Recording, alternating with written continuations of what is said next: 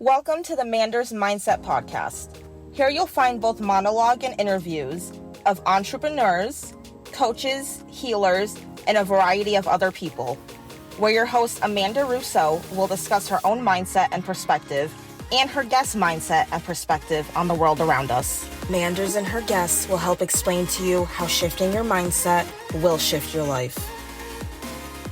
Hello, beautiful souls. Welcome to another episode of Manders Mindset. I'm your host, Amanda Russo, and I am here today with an awesome guest who I had the pleasure of meeting through Podfest, who also has a podcast as well, and I had the honor of being on his podcast, and I am here with Jon Emery today.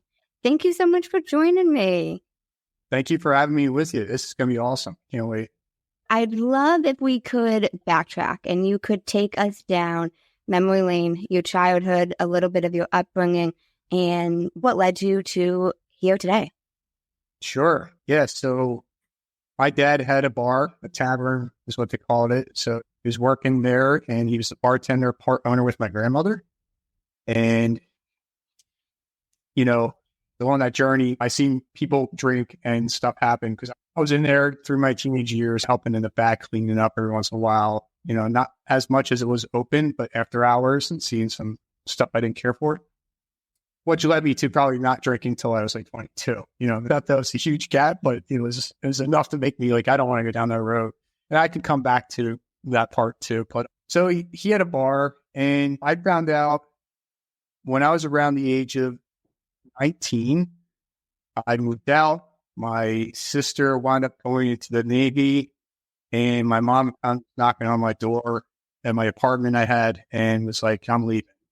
And I'm like, oh, okay. I was shocked. Like, this doesn't make sense to me. Knowing that most of my dad's side got divorced. You know, it was just like the path that they were on, for whatever reason. Come to find out, my parents were divorced like when I was 8 or maybe younger. And I had no idea. We just lived in the same house. So I don't know if that changed my life forever because we were still in the same house, thinking that we were still family or whatnot. And I was dumbfounded because other people knew around me. We just had me and my sister had no idea until that day. But I do remember after that fact of trying to deal with it, I couldn't deal with helping her move out. It was just not a part of me that wanted to experience that, even though she needed help. I helped a little bit and left.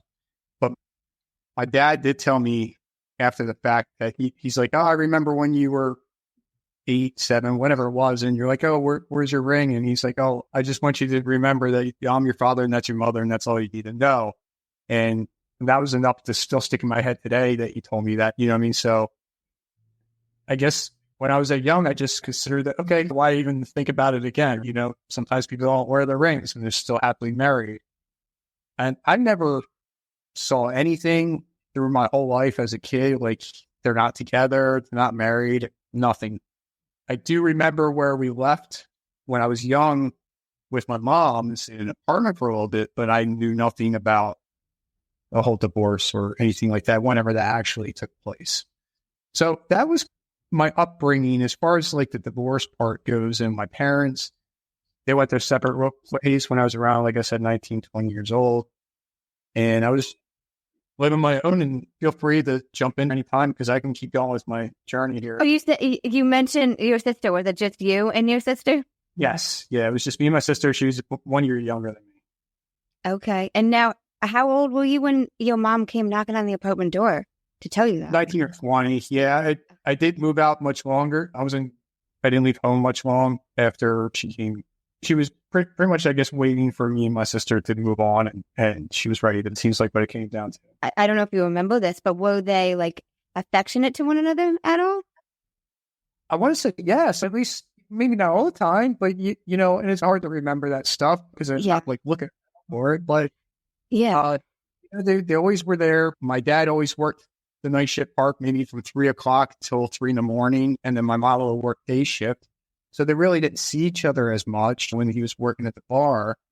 But other than that, I like the weekends, and we would still do family things, family vacations. So I never saw a gap anywhere whatsoever.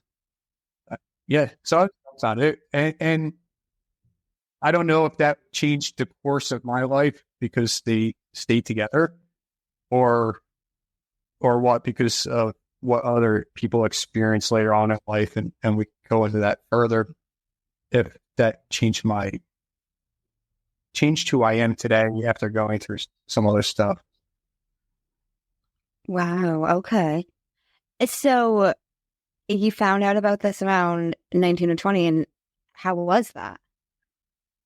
I was shocked. I didn't believe it. And then when she asked for help, I just, okay, I'll help you move. Went to go give them help. Then I just couldn't do it because we went from a 5-bedroom home to her moving out. And then my dad was by himself because I was gone. My sister was going to the Navy. And so it was just him in a 5-bedroom house. Where we grew up, that's where we grew and born and raised. Yeah. And now, did you go to college? I went for about a year, and that was about it. So Okay. I wound up going, it was probably, I can't remember for sure, but I want to say I did the first semester, and then I wound up getting a full-time job, like second shift for the second semester. I was going full-time and then working full-time. And then when it came to like May or whatever, I was just like, I'm done. I can't, I'm making money. And I didn't like what college was teaching me. I didn't like how it was just another high school in a sense. I saw benefits for it, but at the time I was making money. I was living in an apartment. Things changed now, but it was pretty cheap back then. And I didn't have to cash all my checks if I wanted to, you know, it was just, times were different. At the time, I guess I had a beat up car. It was my first car. It was paid in cash, all that stuff. But yeah, so I was going for computer science, and it was more the code back then. Now everything's changed. But so I wound up getting a job at a printing factory when I was at Teddy's, about 19. At a what factory? Printing factory. How was that? It was different, right? So it was just because at the time I had my friends, they worked there, and the one was a printer and the other guy was just cleaning the floors. It was a good size company, the place we were working at. And so I'm like, okay, I'm just looking for a job. I don't, and this is funny because I go in there and the guy comes out. He's like, oh, can you work X amount of hours? I'm like, yeah. And he's like, can you do this? I'm like, yeah. He's like, I got hired. And that's how it was back then. Like with these guys at least. That was it. Like, and I'm in front of my friends, and it was, I'm like, all right. So I think I started the next week, and I was just, at the time I was cleaning parts. Like that was the bottom of the bottom in that plant. So you just clean dirty ink parts that they had in the machine so that they can reuse the parts when they go into the next job. So as a printing factory, we were mostly doing like your Hershey Kiss wrappers to foil with the colors and stuff on it, some yogurt stuff. So at the time we were doing like Jack's Cheese Curls bags. There's some Pokemon card that would cover the cards, stuff like that. Okay. Approximately when was this? 2000, the year 2000 has started, January. Wow, they only asked you 2 questions. I was just curious because of that. As far as I can remember, that's it. I know. I'm like, it must be grow summer on it, you know? Okay. And how long do you stay there? I was there for 20 years.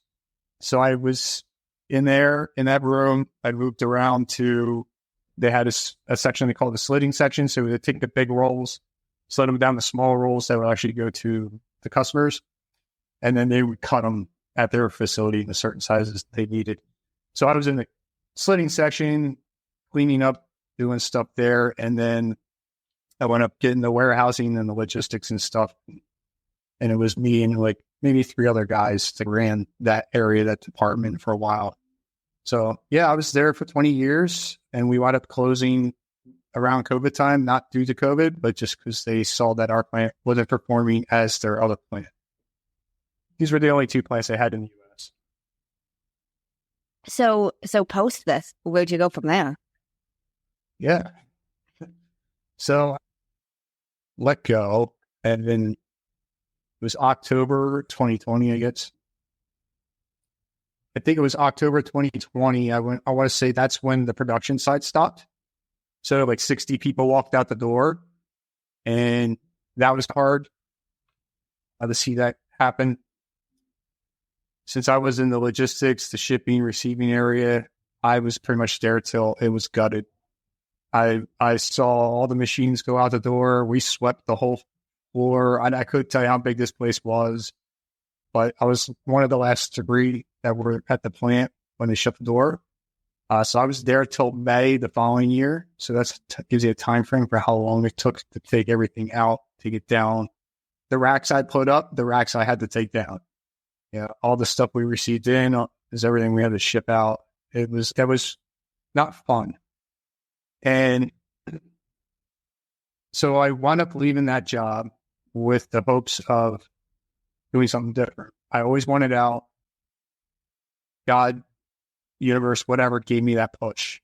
So here's your opportunity. And it took me a while to see that. So I had no idea what I was going to do. So I wound up just like doing some side stuff after a while, just fixing apartments for people I knew. And the guy that sold it to me, he had an opportunity where he was bringing people on, producers. So he's like, oh, you have integrity. You'd be great. Let's come in, give it a shot. So I got my insurance license. I started learning everything it had to offer. I started doing YouTube, videos and stuff to share what it was all about. And that's like where it started for me with getting out there a little bit, feeling it out and not being afraid of putting yourself out there in the world. So I played around with that till like January the following year. And then things happened at home. So I wound up stopping doing the insurance part. I was able to make one client. It was somebody in my family, and he's like, oh, I don't want to call him. Anyways, the guy I was working with at the time, he's like, oh, you did great. You sold it to a family member, and they're the hardest ones. I'm like, oh, okay. It sounds good. But so, that was a win. And it was definitely a life-changing event for me to learn something new, not to have steady income. I wound up losing insurance after 6 months because that's how long that my previous job paid for. So this, I didn't have that anymore, that security, as people would say. I said that in quotations because a job is supposed to be security, but I wound up losing that after 20 years. So I don't believe in that. So things shifted for me after January, February of that year then. Wow. Now, you said you always wanted out, but you were there for 20 years. Exactly. What made you not leave? Well, I was up to like 5 weeks of vacation. I was getting top pay. I had insurance for the kids, and I had 2 kids, so I had to make sure, they were covered. And, the benefits, everything was just fine for me. And I would not have probably left if they didn't close the doors as much as I would probably feel. But, I got in the rhythm, hamster wheel, whatever you want to call it. I was stuck getting there every day, taking care of everything, helping fix problems, whatever you want to call it. It's just comfortable. I got comfortable, as you could say, and just stuck in the way of how life was. Get up, go to work, come home, take care of the house, take care of the kids, take care of the family, and just start all over again, right? A lot of people do that now. They'll come home and just like relax, start all over again. That's true. So now you had the benefits, you had the good pay. So what was it that made you want out? I wound up going through like self-improvement books and stuff for a while I was there. I was starting to read things, listen to Robert Kiyosaki. Ed Milet became one later on. I forget some other ones in the past, but it was enough. There's all this different kind of information coming my way, listening to podcasts and audiobooks. And I just saw another side of things that I didn't have to be stuck in this hamster wheel. I didn't have, or rat race, as you would call it. There's opportunity out there. And I didn't know what that was. I didn't know anything, right? Because I was been at this place for 20 years once I was a teenager. So I knew nothing new. I will share with you, I didn't share this before, but I did invest in some rental properties. Like the first house I bought was a 3-unit. And I was in my early 20s. And I worked on that by myself. I redid the carpet, all that stuff. That was all new to me too. Rented it out myself. And then I wound up having kids, and I'm like, my job was this way. My house is here. And then I had to go drive up there to take care of the apartment. And I'm like, this is too much. So I wound up getting a property management company, which was totally different to deal with. It was definitely, if anybody's going to get involved in real estate, I'd definitely say do it, but do it yourself first and learn the ins and outs, and make sure you have that cushion there that pay for somebody to do it. Because it does step you away and has somebody between you and tenants talk. So I did do that.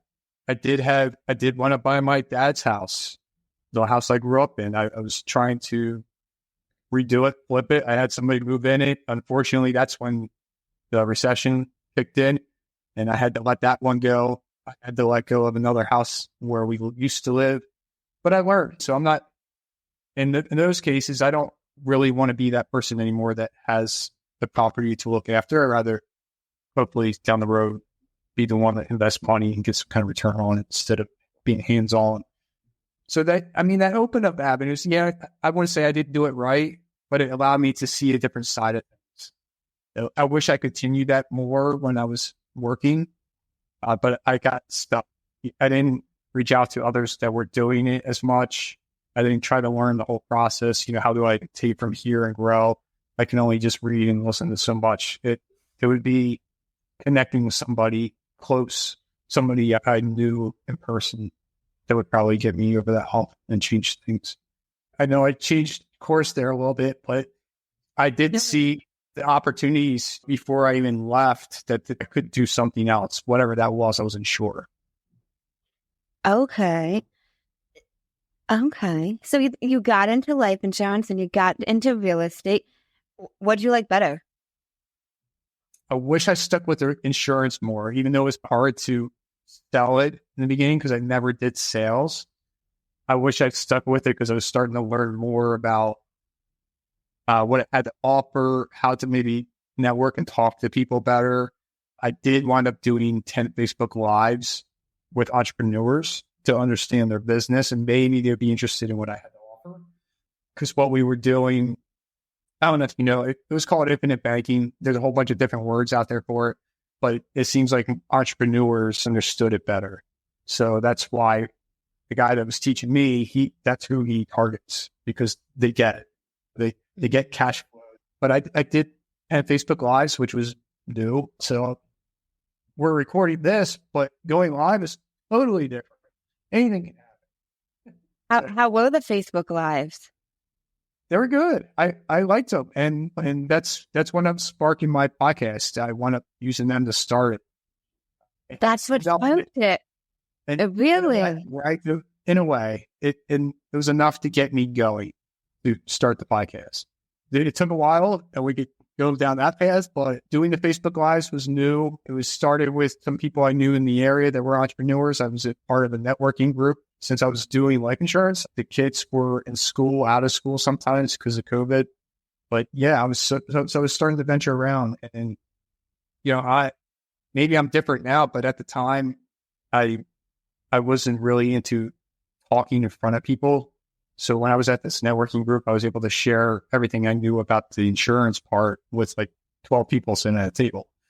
And it was nerve-wracking, but it was enough to get me out over that too. So I'm glad for the one woman that kind of pushed me a little bit there too. Okay, that's awesome.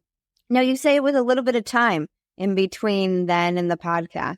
Like, if you know approximately, like, we talking years? Are we talking months? Like, time frame, approximately.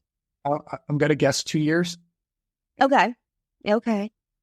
But it gave you a little bit of that push. Okay. Gave me a start. Now yeah, I get that. Now, your kids, how old are your kiddos? Right now, they are 14 and 11. So my 14-year-old is my son, and 11 is my daughter. Okay. And are you married? What about? Sure. No, I'm not married. I'm divorced. I'm not sure. Like, I'll explain. So, like, I was doing the life insurance, and somewhere around that February in that same year, things were happening at home. Stuff was said. I couldn't figure it out. You know what I mean? We were married for almost 15 years, 21 years together. And I basically met her when I was 19 and we're together the whole time. So I couldn't figure, I get the job hard on that, kind of came up a little bit. And so she wound up getting a part-time job at the school, helping as an assistant teacher or whatever they call it, something like that. Anyways, from February till May of that year, and I'm going maybe 3 years ago now, I wound up losing 20 pounds. I couldn't sleep. There was times when somebody showed up late in the morning. It was never happened before, especially when we have kids.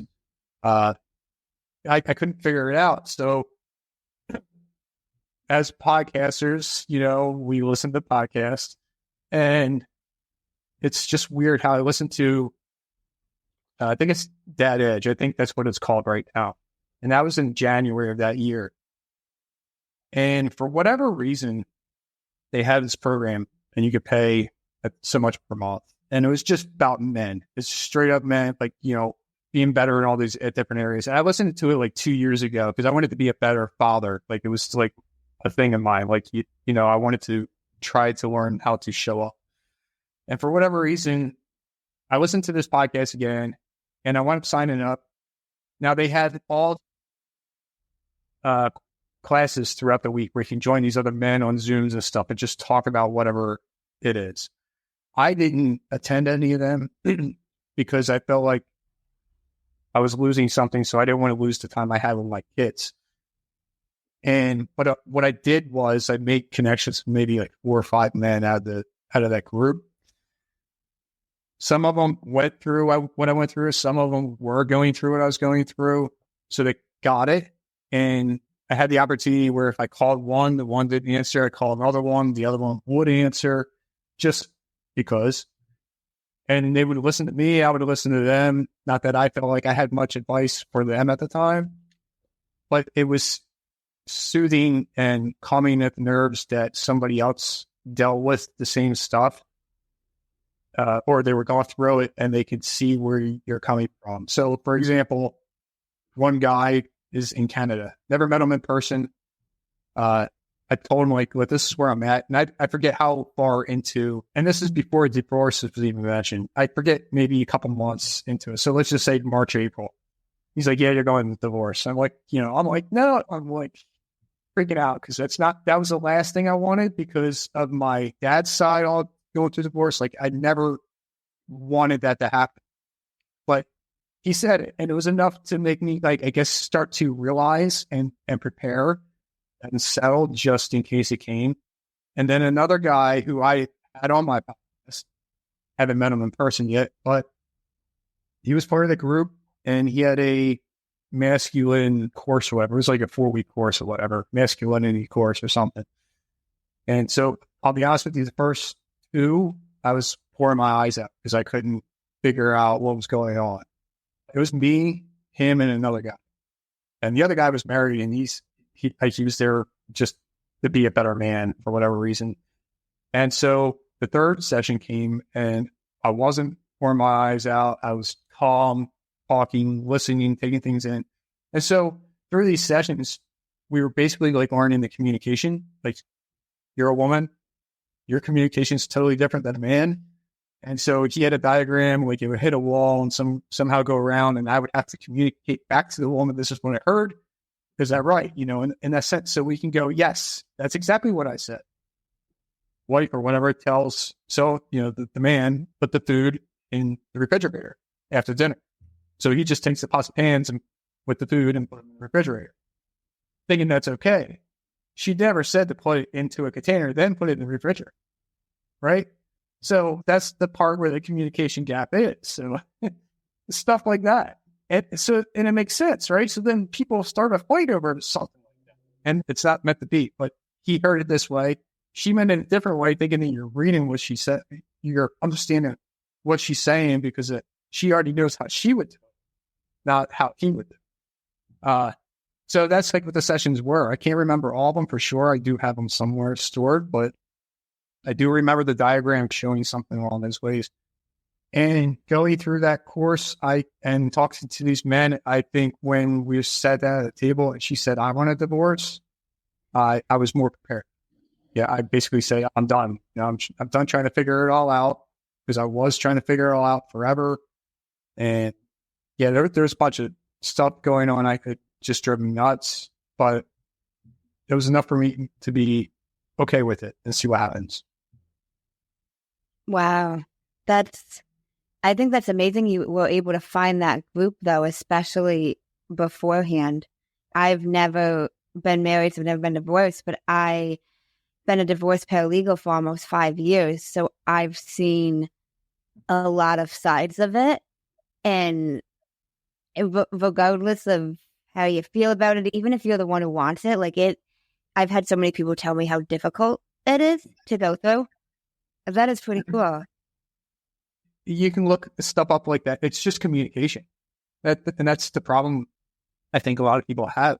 They don't communicate. And I feel like that was part of our issue too, is maybe she didn't want to say something, afraid that I would take it the wrong way, when that's all we had to do was sit down and talk about things this way.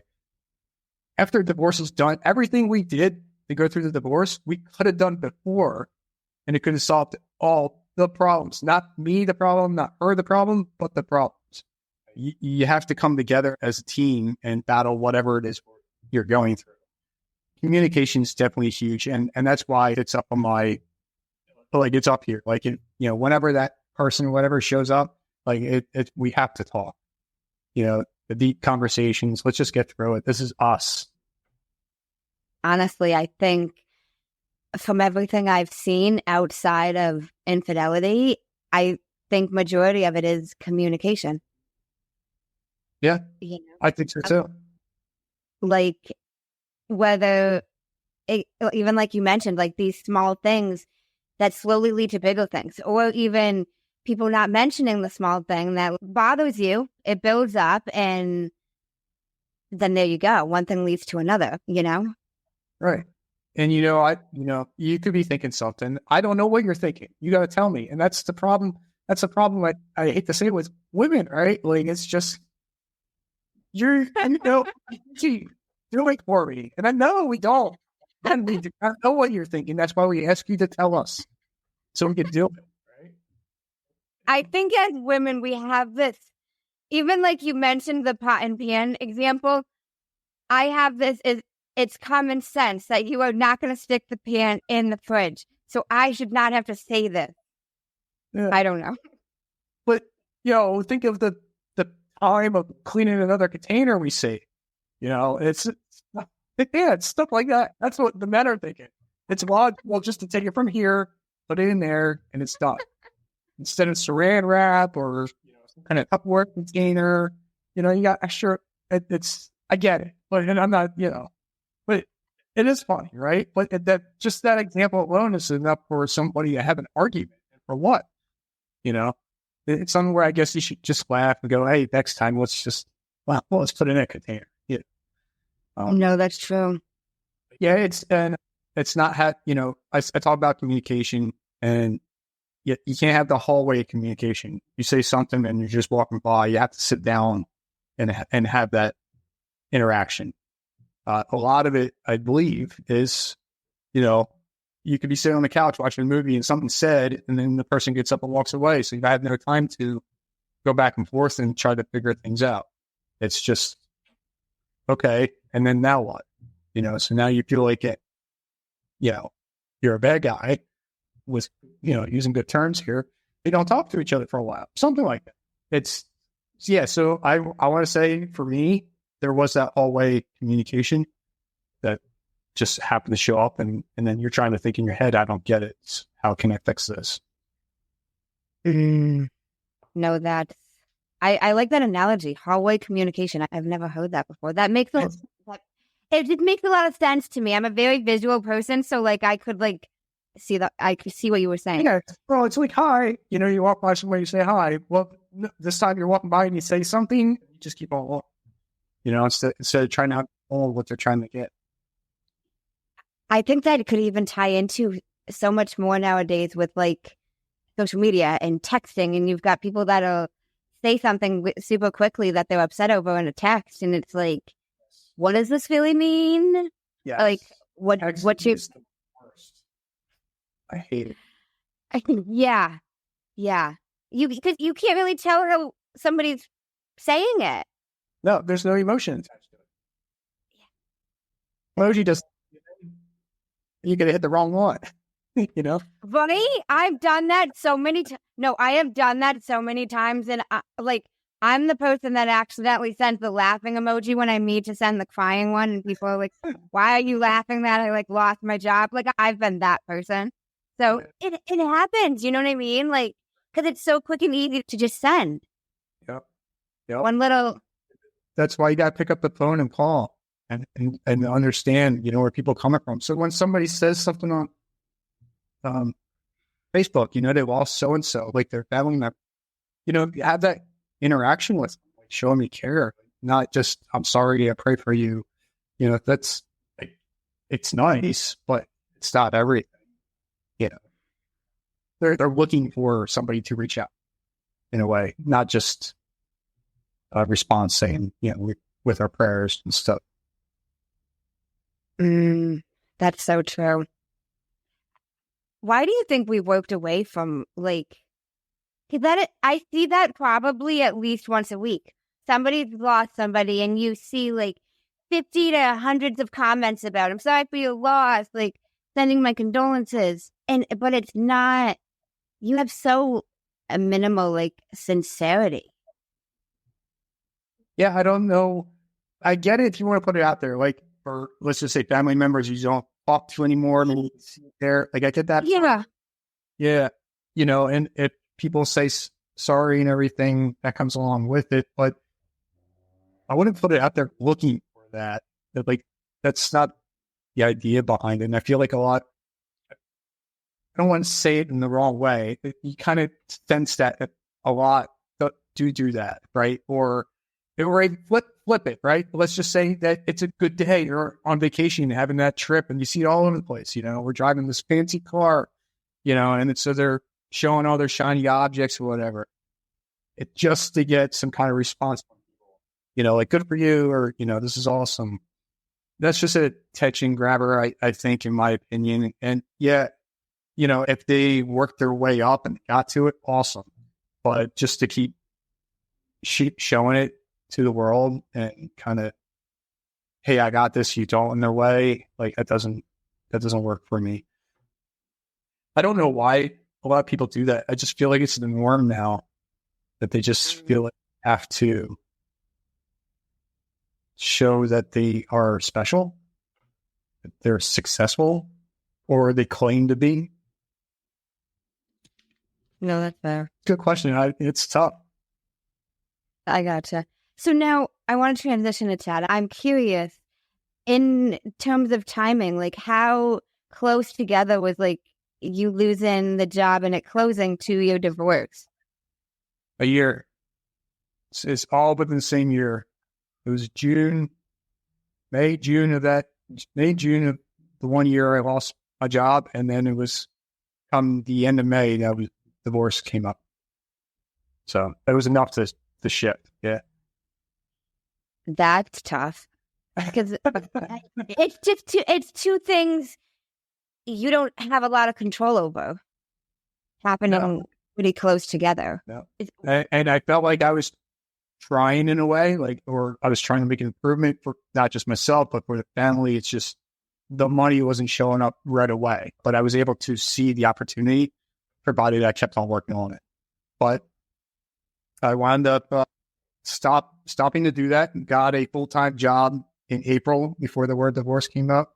Got benefits and stuff pretty much right away. That was not the problem. Obviously, there was, emotional attachment somewhere else already, if not more. And so it's just already, it's all a work in process. It's just, that was already grown. That's fair. So you mentioned the men's support group that you had. Was there anything else that helped you go through these two pretty uncontrollable situations pretty close together? Yes, it's basically the few men I spoke to. So One is Jeremy. He was like the coach that hired me, or I hired him for that time. Even though he's like a professional in psychology or whatever it is, he's got a whole bunch of stuff. But he's like, it's 10 men. You can find this anywhere. 10 men kill themselves every day over divorce. And he says that, and he's like, this is his thing. Like, he does not want that to happen to anybody. So that's his battle. So he was very kind. I wouldn't say kind to me, where I was texting him through Facebook Messenger, trying to figure out every little move. And he's like, breathe. Just breathe. And because people forget to breathe. And you're in the breath work, and people forget to breathe. And if I took 3 deep breaths, I was in a calmer state. I was thinking a little bit more clear. Another one was like, I can't remember the exact words, but it was, don't think of it too much. Don't like focus on the little things. Why is this happening? What's this mean? What's going on here? And that was enough to make me go crazy too. Trying to think of a few other stuff. Like, he was so kind to, and not even pay for his services. He would respond, maybe not right away, maybe in another day, but he would respond. And that's what got me to actually work with him for a little bit. That's what got me to actually reach out to him a year afterwards and say, look, this is where I'm at. I think I feel pretty good. We talked for like an hour. He's like, you sound great. He's like, this is the best testimonial I ever had. Just basically talking back to him. I'm like, I don't know where I'm going from here. Everything was done, but it was just like to catch up, see what my next phase is. And I would have no problem doing that again. Dennis is another guy who I'm still in contact with. He's been on my podcast twice. He's got his own coaching program now. He's still like a chef, but he's one I can still reach out to with questions as far as, I'm still parenting in a way. And then he's been down that path. He's been doing it for years. So it's getting advice there. The third guy would be Nate, but I haven't heard from him in a while. And that's the one that's from Canada. Make sure that he would find a way to not go through the divorce and stuff. And like, he was the one to tell me, hey, I think you're going in this path. And it was enough, again, to open my eyes up. If it wasn't for those few guys and their life experiences and whatever information they got from anywhere else to share with others, it wouldn't, I don't know. I don't know where I would be. I could be that one of those 10. I don't know. I have no idea. I'm glad I'm not, but I'll be honest with you. Talking to some guys today, I could see how people do it. I hate to say that, but it's like, I'm stressed now, just even where I'm at. And it's not the divorce part, but it's the after the fact, financially and stuff. Like, I'm struggling. Other than that, I'm okay, but I can see why men can't handle it. Yeah, I know. I never knew that statistic, but I can understand that as well. So I haven't really shared this on my podcast, actually, but I have a different understanding of divorce as a woman, because my uncle, growing up when I was about 12 years old, moved into my house because him and his wife were going through divorce, and it was awful. It was so nasty, and she told so many lies about him, things he did, things he said, and he went over 10 years without seeing his 2 daughters. And I just saw everything he went through, and I don't know about where you are state-wise, and I think it's gotten better, but so many of the family courts have in mind that the woman and the mother have the best interest of the child, know what's best, and I don't think that's always the fucking case. I think it's assumed that because she's the mother, and I get a lot of people looking at me funny with this because I'm a woman, but I'm not saying like mother's instinct. Some women have that, yeah, but I don't think it should always be. And I think that could even be a contributing factor to the men committing suicide, because they're assuming prior so many courts that the mom has the best interest. The mom gets more time with the kids. The mom this. And it's just, why? Like, why is that the case? Yep. Like, she had said stuff, and there was never any proof, and it was just, well, she's the mom. So she said he said this to the kids. He got arrested for different things. And not that he should have to prove it, but it was never like sexual allegation. It was never physical. And it was just, oh, well, she said this, so it happened. And I was just like, fuck this. I'm getting involved in the family courts because men shouldn't have to deal with this. Like, why is this a thing? Because the kid came out of her, not to go there, but like because the kid came out of the woman, she knows what's best automatically. I disagree. Yeah, I agree with you there. It's one thing to go through the divorce and you separate as a couple. It's another thing to lose everything. And it's the worst thing is losing your kids or even not seeing them anymore. That is still the worst for me because now we're 7 days on, 7 days off.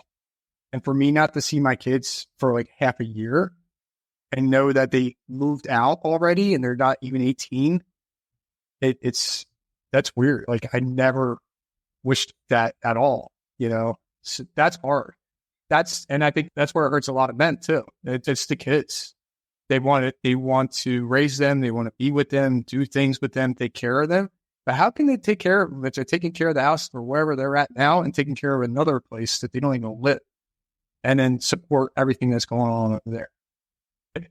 And that's why everybody struggles financially and they might commit suicide later on. I hope not, but it's tough. It's still hard for me with the whole kid situation. Sometimes if I have to call them, I don't hear from them every day. I try to call them every day, but it's not like I have all this interaction throughout the week. I don't have them, but yeah, as far as being one-sided in the court system, for the most part, I think that still exists everywhere you go. Unfortunately, I might say it would get better, but I don't know. It's tough. We did mediation, so I'll be honest with you there. So it wasn't, we didn't go through the whole court part. We came to agreements that you have to agree on something, even though if you didn't care for it sometimes. But that's the path we chose. For me, I don't say anything bad about their mother. I don't wish nothing bad for her. In here that there's no bashing, and I know that's never came off yet. It's just like it has nothing to do with her as a person. I get if she did whatever she did for whatever her reason is, that's fine. And we chose to take our own path eventually. But it was trying to figure everything out. So we had the problem through that whole mediation stuff and tried. But again, that's the same stuff we could have fixed if we sat down and talked about it. If that was really the problem, but if there's something else, then that probably could have been fixed. Like, where I'm going with it. But yeah, so it's just, we'll get up, let's get off track a little bit here. And, it was an opportunity for me to explore things. And I became totally different. Like I'm here talking to you now, which I would not be doing it. I would still be at a 20-year plus job, going to work, coming home, taking care of the house, taking care of the kids. God, universe maybe saw things I didn't see and it allowed things to shift. And this is what's happened into my place right now. In terms of you transitioning and like you started the podcast, was that post-divorce? Yes. It was. Oh. So Justin Shank, he lives not like an hour and a half from where I'm at. He had an event the previous year after divorce, and I bought tickets like August of the year I got divorced because I'm like, I'm not doing anything. Might as well just go out there and see what happens. So went out there, actually met him in person. He was one of my 10 for the Facebook Lives as a podcast for the Oh my God. So I never met him in person. Like we're Facebook buddies in a way. So we got the person out there and it was about podcasting, about growth. So he's, the stuff he has on his podcast. And it was in Lancaster, so it wasn't too far, but it was a 2-day event. And I never really would have done that by myself with the family. leaving them at home. So they weren't with me. I was by myself, slept this sounds weird maybe to some people, but slept in a hotel room by myself, which I never did before, basically because I was 19 and had a girlfriend, got married, and I was around somebody all the time, going on vacations, all that stuff. It was just how we did things. So I went out there, and this is like how it started. So I sat down at breakfast, not knowing who was going to be down. I just went, Justin's down there and a couple other guys. He's like, "Yeah, come sit with us." So I do. And we're just talking. He leaves, a couple other people leave. And I wish I knew his name. I can't. So he was sitting over here. And he's like, "What do you want to do?" And I'm like, "I do want to start a podcast." And he's like, "What would it be about?" And I told him. And I said I did 10 Facebook Lives, but they had nothing to do with what I want to do my podcast. He's like, "Well, just strip the audio from that and put that out and start and go from there." So I thought about it for 6 months, right? Never did anything, stripped the audio and made that my first 10 episodes for my podcast, which was enough to get me up and going. I did 3 podcast episodes first and then 1 every week after that, which allowed me to reach out to basically 2 of those guys that just shared information with you about that come on. They were honored to come on. And that's how I started the whole people come on sharing their journey in life. And that just grew from there as far as getting guests. First it was like friends, people I knew, and then it went to like Facebook groups and all that. And then other podcasters are connecting me. So that got me started, and going through the divorce, losing the job. That was my journey. And I don't know how I dealt with it, but I did. But to hear these journeys of other people and what they went through to become so much better, I just couldn't even fathom what it was all about, how they can handle it. So it's like, that was my rock bottom, and then they had their own. And I guess we're all given certain rock bottoms that we're able to handle. So that's why this person got this, and that's why this other person got this, to become better, and they can share that information with somebody else for who needs help. And most of the people, I don't know about you, but most of the people that come on, they'll share their journey and they wind up making a business or something on the other side of it, some way that they can get back. It's not always a business, but they're always trying to provide help some way. For instance, like you and I are talking about divorce. I would be more than happy to talk to anybody as a guy, or, if it's a woman. I hear both sides if they just want to talk about that. I'm not going to say my advice is the best advice, but it's going to come from my experience. And then I would definitely share that. I would definitely share with them that they should reach out to other people to get a collection of it.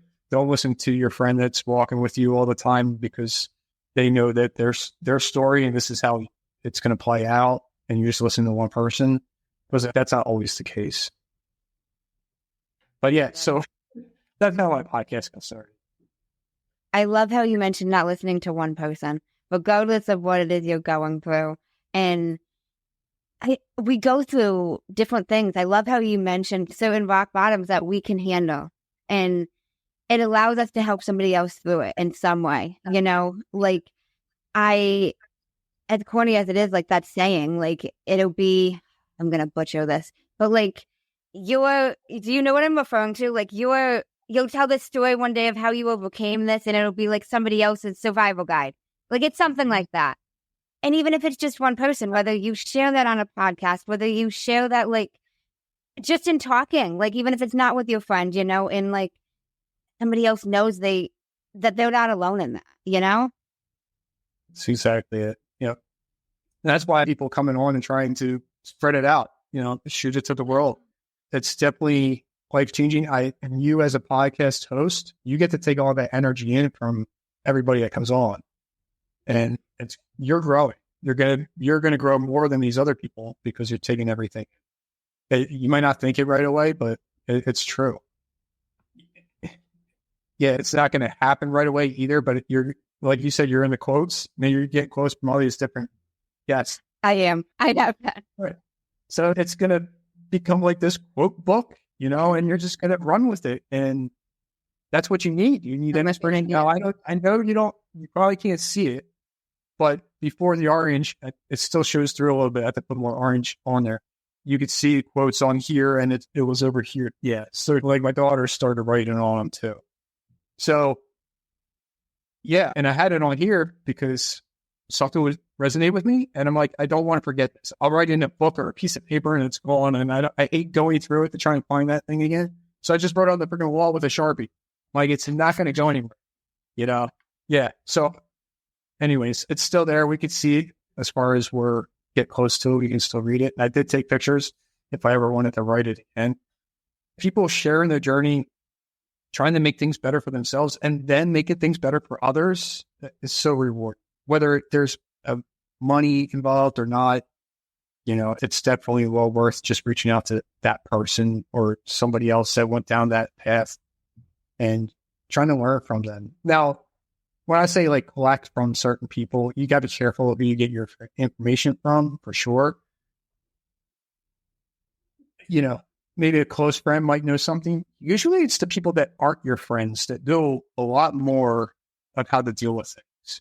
And that's the people you guys seek for. You know, I should be coming to Amanda, you, and asking, hey, do you know somebody who went through this? And you'd be like, yes, you need to talk to so-and-so. And that person would probably help me out a lot more than my friend next door. Just in certain areas, you know, they have a degree in something, but not a degree in everything else in life. So it's you gotta be careful. That's so true. And I love how you've mentioned a few times, like, not just your friend, like talking to other people that know different things. I think it ties even back in to the communication, like communicating with other people, collaborating, you know, like you and I, for example, you introduced me to Adobe and that's literally changed my audio editing. And it was something so simple, but the amount of people or even friends, or even if I don't want to call them friends, like people close within my life that I've talked to about podcasting, it's never been mentioned to me, you know? So that one quick little thing, and it's like, I have different people that I talk to about podcasting every day. They had never heard of that. I've shared that now with other people. So it's that the collaboration of it. I love that. Yeah. You know what I mean? Who knows if I would have discovered it, when I would have discovered it, etc. Absolutely right. So I love that. What would you say has been your favorite thing from the podcast, from starting it? I'll be honest with you, it's the consistency, the determination to keep going. Because I started not trying to build an audience, not trying to monetize, not trying to do any of that. You become a stronger communicator, listener, host, whatever, however you want to describe yourself doing this. But you change a lot. And you hear it everywhere. Like, start a podcast. And for those reasons, just those reasons alone. And you'll get your name out there, all that stuff. But it's those few things, you know, now we have a relationship, right? So now we're both podcasters that, you know, I don't know if you're going to Podfest or not, but, you know, it's a place that we could probably meet up sometime and we could just grow in that area. But yeah, it's still a consistent, like I'll shoot one out every Tuesday. So as I'll do 2 a week, I won't share that until I know I have it done because I'm not committing to it. Yeah, right. Because once I commit to it, then I got to do it. And I've done that a couple times. And I'm like, I'm doing it then. So I wait till I'm done and then, okay, I have an extra one. It gets rolled out on a different day. I don't want to say I'll do something and something happens, I get sick or whatever. I can't do that. But if I can do one a week, which is great, I can. I'll be honest with you. I was supposed to have somebody on tonight. Never showed up. Gave me more time to work on things. Whether we connect, I don't know. But I'm thankful I have a bank of maybe 16 episodes where I wasn't stressing over the fact of having that person right away. So that's something I've learned basically from the beginning. Start with so many episodes and you can get more in the backlog. So you're not killing yourself trying to figure things out. Yeah, it's the communication part that I really enjoy. This is different, right? You're a host, so you're still on that side, but we flipped this. It's totally weird. Like, who wants to listen to me? You know what I mean? I'm usually listening to somebody else. Yeah, so it's a totally different game. I'll be on one tomorrow too. So it's just like trying to figure out that rhythm. And it's great to collaborate. It's great to talk about, like you just said, like Adobe, talk about things, podcasting and stuff, because we can go on Facebook groups all the time and things just disappear and we can talk about the same thing. But that's still not a community in a way. Like it's Zoom, but I can see you, I can feel your energy, and you would agree that, it's a lot being said just for communication, but that's where I'm at. No, I get that. I completely agree. I love how you touched upon the growth of starting the podcast, because I think regardless of whether you want to start a business, you already have a business, you're an entrepreneur, or even if none of that's the case, like there is so much growth involved with starting a podcast, from the communicating, the listening, the consistency, the learning how to do things, the collaborating, the speaking to other people. I'm big on the collaborating because it's something I always say is, you don't know what you don't. I have not been the type of person who learns well, bro. I am overwhelmed as fuck by research, and the planner in me is going to plan forever and there's all these different options. How do I decide which I want to use? Bro, no, I can't research. I need here's what you should use. Here's why you should use it. Well, let me try it. Okay, it works. Great. Let's run with it. Yeah, I totally agree. So it took me a while to pick some other programs, but people are pointing them out to me. And yeah, I tried it. Collaborating is great. Even if it's just not podcasting. If you're like a lawyer, I'm sure lawyers working with other lawyers, that's how you learn and grow. And that's just an example. It could be any business. But yeah. That's no true. I love it. That's no true. I was going to say something. I'll let it go. Yeah. What were you going to say? You don't have to let it go. It's not frozen. I'm not Elsa.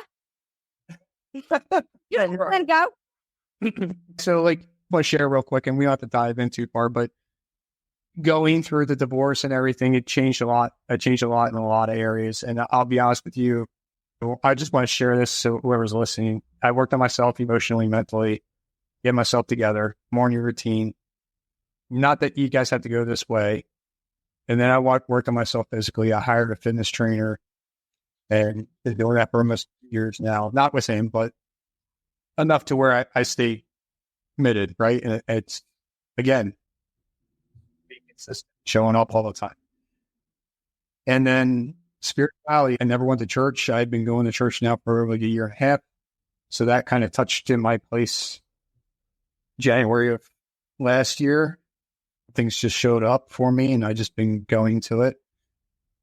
And then I want to say that now I'm in that business finance space and just, I'm sorry, I missed one of those relationships. So, not intimate relationships, but relationships like this, friends, whatever relationship, business, whatever, it's working on that stuff too. So I share this because there are 5 areas and that's the path I took, but that doesn't mean that's the path you have to take. And maybe there's other areas you can dissect them and go deeper if you want in certain ones, but that's the route I decided to take. Yeah. Spirituality, physical, relationships. And that makes mental and emotional together. Okay. And then business and finance together. I gotcha. Well, thank you so much for speaking with me. Have you heard a man named Jay Shetty? Yes. Yeah. Love him. Big fan. So on his podcast, I haven't heard all the episodes, so I don't know if it's every episode, but he uses these 2 segments to end his podcast, and I started incorporating them on mine. The first one is the many sides to us. There's 5 questions, and they need to be answered in 1 word each. Okay? Number 1, what is 1 word someone who was meeting you for the first time would use to describe you as? Authentic. Number 2, what is 1 word that someone who knows you extremely well would use to describe you as? This is good. Caring. Okay. One word I always use. You're killing me. Compliment. Okay. What is one word that if someone didn't like you or agree with your mindset would use to describe you? Different. Okay. What is one word you're trying to embody right now? Yeah, that's tough. I don't know right now. I know. What do you want one word? I got time, and you said you didn't have an end time, so I can wait. Yeah, well, I don't know what should come out of this. That's a thing. So, and this is where I'm coming from. So I do have my values like right there on the wall. And I know that they're not like concrete. And I know that we should be adding one or something every once in a while to work on ourselves and make ourselves better. I have not chosen that one yet. I want to say confident, although I feel like I'm on the edge of already being there. And that could be in so many areas in life, even though I don't have it written down. But if that could be one for you, I would say confidence. Okay. Second segment is the final five. 5 questions, and they can be answered in a sentence. Number 1, what is the best advice you've heard or received? Breathe. Okay. Why is that the best advice? Huh? Why is that the best advice? Because if it works, I needed it at that time. I told you when it was tough for me. And he said it to me so many times that it got ingrained in my brain. And I see it and I share it with other people too, to just breathe. Whether they do it or not, that's on them, but it's just that simple. No, I agree. So many people don't believe me when I say, like, you forget to breathe, even more so when you get stressed, when you get upset, when you get overwhelmed, like, you're not paying attention to that. Right. What is the worst advice you've heard or received? Have you ever had somebody wait this long? I know. All right. I've had people be like, can I skip that? And I'm not skipping that. Right. Get a dog? No, I'm just kidding. I gotta say, I don't agree with that because your dog has been in the room the whole time and has not even made a noise. She's pretty good. Yeah, I'll say. That is definitely, I don't think that's your worst advice. No, it's not. I'm sorry, man. This is tough. Worst advice. What was your worst advice? I haven't answered this. I've had guests tell me they want to hear my answers, but I haven't. Yeah, you have all the time all to think about it. Somebody didn't do their research and listen to my podcast. No, I didn't wait till the end. Was that like something that had to be done? I had to wait till. No, I'm just saying. Oh, because everybody gets caught up with these, and I'm always surprised that nobody's heard a previous episode and they're not like, boom, I got this. And I'm just like, oh. These are the best answers because it's not scripted. I could have wrote all these down and be like, okay, I'm ready for her. Let's get this going. It's true. It's so true. That's why I don't share what I ask at the end. People can go listen, but it's the same thing. I had guests not want to answer it, and I was like, I'll sit here. I'll just sit here and wait. I'm stubborn enough. I'll sit here. Well, I want to give you a good answer too. It's just even at the worst, what's bad advice you've heard? You've never gotten bad advice or heard bad advice? Ever? About anything? I'm going to say yes, but I don't know what that is. You must have some great people in your life with great mindsets because you got no bad advice in there. No bad advice.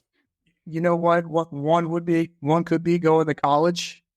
I don't think that's I don't think that's really good advice anymore this day and age for sure. And so I'm glad I didn't do that. Like I did go for a little bit, but I'm glad I didn't stay and then had to pay debt and whatever else. So I could say that if it works for you. It doesn't have to work for me, whatever you answer. Let's go with that one. All right, let's move on. Number 3. What is something that you used to value that you no longer value? So I want to say these few things, but they're on my value list because I value them still as a person. It's just those things I believe are lost in some other people, if that makes sense. So if I can use that as an answer, like one of the loyal, somebody being loyal and love. Those, yeah, and you're probably going to ask me, like, what do I value the most and or whatever. Right, yeah. But those, how can I put it? If I allowed something that happened to me in the past to not be valued now, those will be it. I don't want to lose myself going through stuff like that. I know I'm not giving you the answer you want. I'm not looking for a particular answer. I'm not. Yeah, but like it's not the values I lost. Like I don't know that value is that I lost, because I would say it would be love and loyalty from somebody else. But as me, like I don't want to lose that. So that's my answer. Since you're not looking for a particular one. Okay. If you could describe what you would want your legacy to be as if someone was reading it, what would you want it to say? Yeah. I would want somebody to remember me as somebody that didn't give up, somebody that pursued to be better in all areas of life, and somebody that reached out to help others, whether there's monetary value or not. It's all about trying to change the world. And podcasting seems to be that avenue for me right now. So, yeah, I'll add to be part of that is being a better father, showing up for my kids as much as I can when I'm not eating with them. If you could create one law in the world that everyone had to follow, what would it be? And I want to know why. Yeah, I'll do this. Every family should have dinner together. And the reason being is because that does not happen anymore. There's no connection within the family whatsoever. And that used to be a 20, 30-minute walk within your family members to get to know what happened that day, how they're feeling, what's going on in their life. That doesn't happen. Now it's just a 5-minute breeze if that happens. And you're back on your phones doing your thing again, or even you're lucky if you're even in the same building, same room that you're eating with somebody. And that was asked to me like a long time ago in Subway in New York. It was something about family and stuff. And I remember that moment. I forget the exact question, but it is, I believe, I remember growing up and my parents were divorced at whatever age, but I remember trying to have that family dinner together if we were able to make it.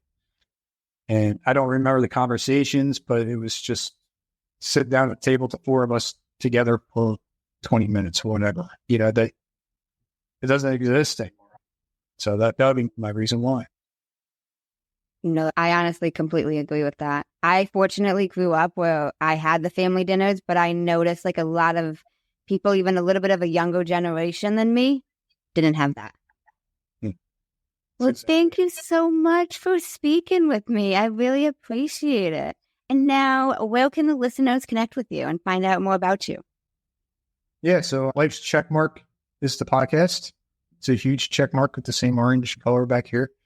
And that's where people share their journey in life. And you can go to lifescheckmark.com. That's where I have my coaching program, my podcast community, and you just reach out to me, email, so YouTube. I have the YouTube channel too. So that's where you can find me. Awesome. And I will link all of that in the show notes. Now, before we close out, no pressure whatsoever, but I do like to leave it back to the guest if there was any final words you want to share with the listeners. No worries whatsoever, but I do just like to leave it to you. Sure. Be you. Be your authentic self and stop worrying about what other people think about you. Connect with the people that you're supposed to be really connected to because you're being yourself. And when you stop people pleasing and you stop trying to show up in a different way that's not you, You definitely case no be one told you happier. today, You'll definitely enjoy I'm life proud better. of you. I'm And you'll rooting see for things you. from a different perspective. And you got So this. I would encourage everybody As to always, find themselves. if you enjoyed the to show, speak their I own would really voice and be appreciate authentic. it if you would leave me a 5-star rating. Thank you so much. Leave a review. Sure. You're welcome. And Thank share you. it with anyone you think would benefit And from thank this. you guys for tuning in to another don't episode forget, of Manders Mindset. You are only one mindset shift away from shifting your life. Thanks, guys. Until next time.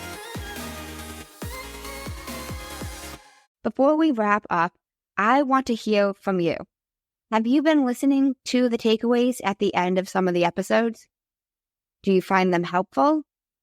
Or do you tend to skip over them and not listen to them? I would love to get your honest feedback on these takeaways, whether they are adding value or if there's something I can improve on. You can email me at mandersmindset@gmail.com, or you can send me a message on Instagram at mandersmindset by September 30th with your thoughts on the takeaways. And as a special thank you, I'm giving away 2 of my Manders Mindset t-shirts in any size. You get to choose black with Purple Manders Mindset Sparkly or black with just Purple Manders Mindset. I'll randomly pick 2 winners who share their feedback with me. I really want to know what you guys think about these takeaways. If they're helpful, I really put effort into these, but don't want to be doing so if it is not providing you guys with any value. I don't want to waste your time or mine. Simple as that. As I always say, time is the only thing we're not getting back. So I would love to hear your thoughts. Send me an email or shoot me a message on Instagram at mandersmindset@gmail.com. Let me know what you think of the takeaways, and I will enter your name into a drawing for a Manders Mindset t-shirt. Well, in case nobody told you today, as always, I'm proud of you, I'm rooting for you, and you got this. Go out and show the world who's boss. Thanks, guys. Until next time.